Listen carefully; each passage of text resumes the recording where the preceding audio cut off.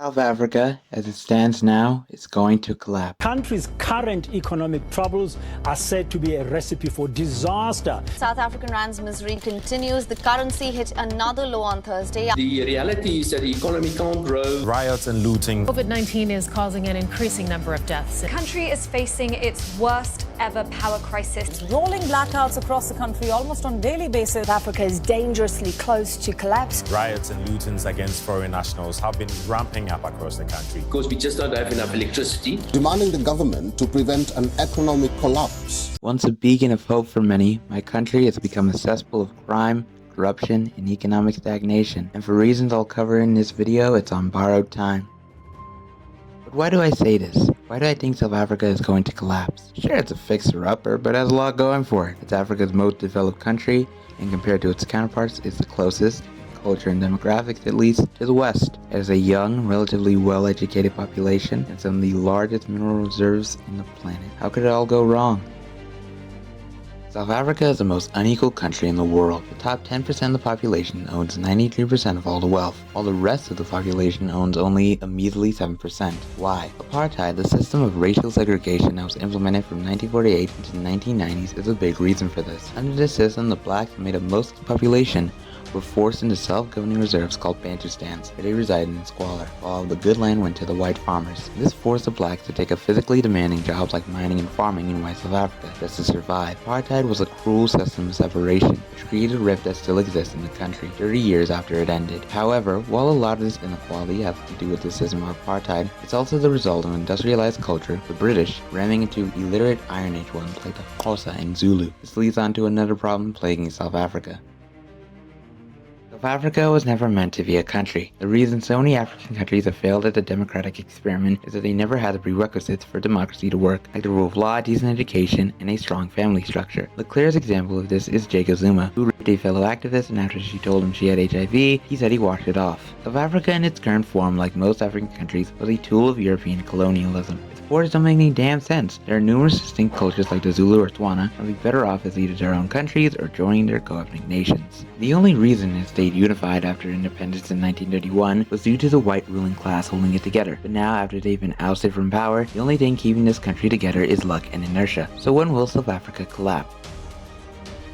The only thing keeping South Africa, in fact the rest of the third world, from falling apart is the support of the West. It's Western capital that gives workers in South Africa employment, and it's their fertilizer that supports their agriculture. All of that is about to disappear. For more information, go to the Waterfall This Guy. He's got multiple videos on this topic. Take a peek after this one. But long story short, America, China, and Europe will plunge into economic depression and civil wars, taking their money with them. In other words, the main force supporting the third world will disappear.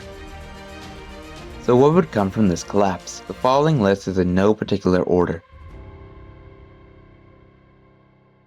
South Africa is weird in that its largest province has the least people, yet its smallest province has the most people. Gauteng has a population of over 16 million people on less than 20,000 square kilometers of land. So when this collapse happens, Gauteng will become one of the world's bloodiest arenas as gangs and military warlords fight for gold, food, and people. In this environment, there will be mass migration as millions would flee to the countryside to avoid the carnage. Eventually, one or a few warlords would take control of all of Gauteng, after which they would most definitely expand to other provinces. There's just too little land to support their massive new armies.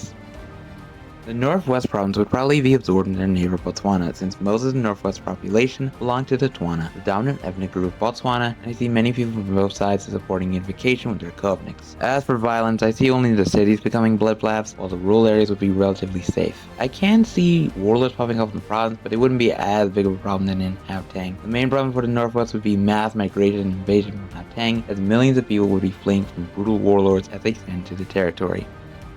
After Botswana absorbs the Northwest, I can see them expanding into the Northern Cape up until the Orange River, as much of that part of the province is also ethnically Tswana as well. There would be little relative bloodshed since it's the least populated province in South Africa. The only place where there would be significant violence is in the east, around Kimberley, as gangs fight for the right to mine diamonds. Of all the provinces, the Western Cape would be the safest place to be. The only violence I see happening are gangs taking over neighborhoods in Cape Town and the other major cities. What I see happening here is the formation of an independent Cape Republic. There is a growing independence movement there, and the class of central government wouldn't provide them with an incentive to not declare independence. I think this new Cape Republic would be dominated by the whites, given that they control the economy and more politically organized. After forming this republic, I see them expanding into North Cape to take control of the mining areas there, stopping at the Orange River.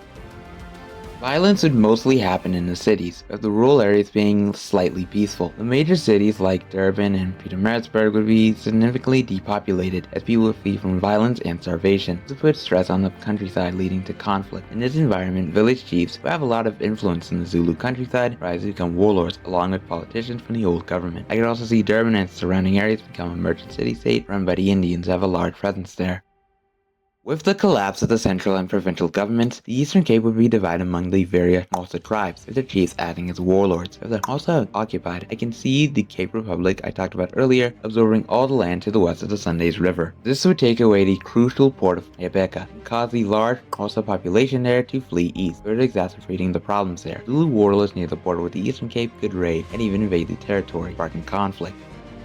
The majority of the Free State could be absorbed by Lesotho since most of the people there are Sesotho, the same ethnic group living in Lesotho. This would be a boon for Lesotho itself, as the Free State is rich in farmland and minerals. The main problem here would be invasion from Gauteng, Botswana, and Zulu warlords, as they each try to grab a piece of the pie. Also, migration from the city would put serious stress on resources.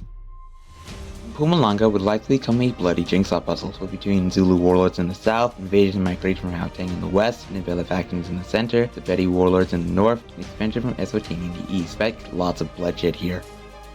Limpopo would probably be fractured as the Sepedi, who were the majority in the center of the province, turned to warlordism as local chiefs fight amongst themselves for land and resources. The Sepedi areas of Limpopo would be heavily affected by mass migration from Gauteng in the cities, causing extreme food shortages there. The Venda, who live in the north of Limpopo at the border with Zimbabwe, would probably unify under some powerful ruler, due to the small geographic area they inhabit. The Venda would face several great calamities. The region where they live contains very little farmland and would face invasion from the Sepedi, as well as people from South Africa's naming countries. They will most definitely be collapsing too. Expect extreme violence and starvation here. This has been a cheery video. Here I am talking about the future deaths of millions of people, which I could be one, while sitting on my ass at home. Anyhow, please subscribe to catch my new video next week.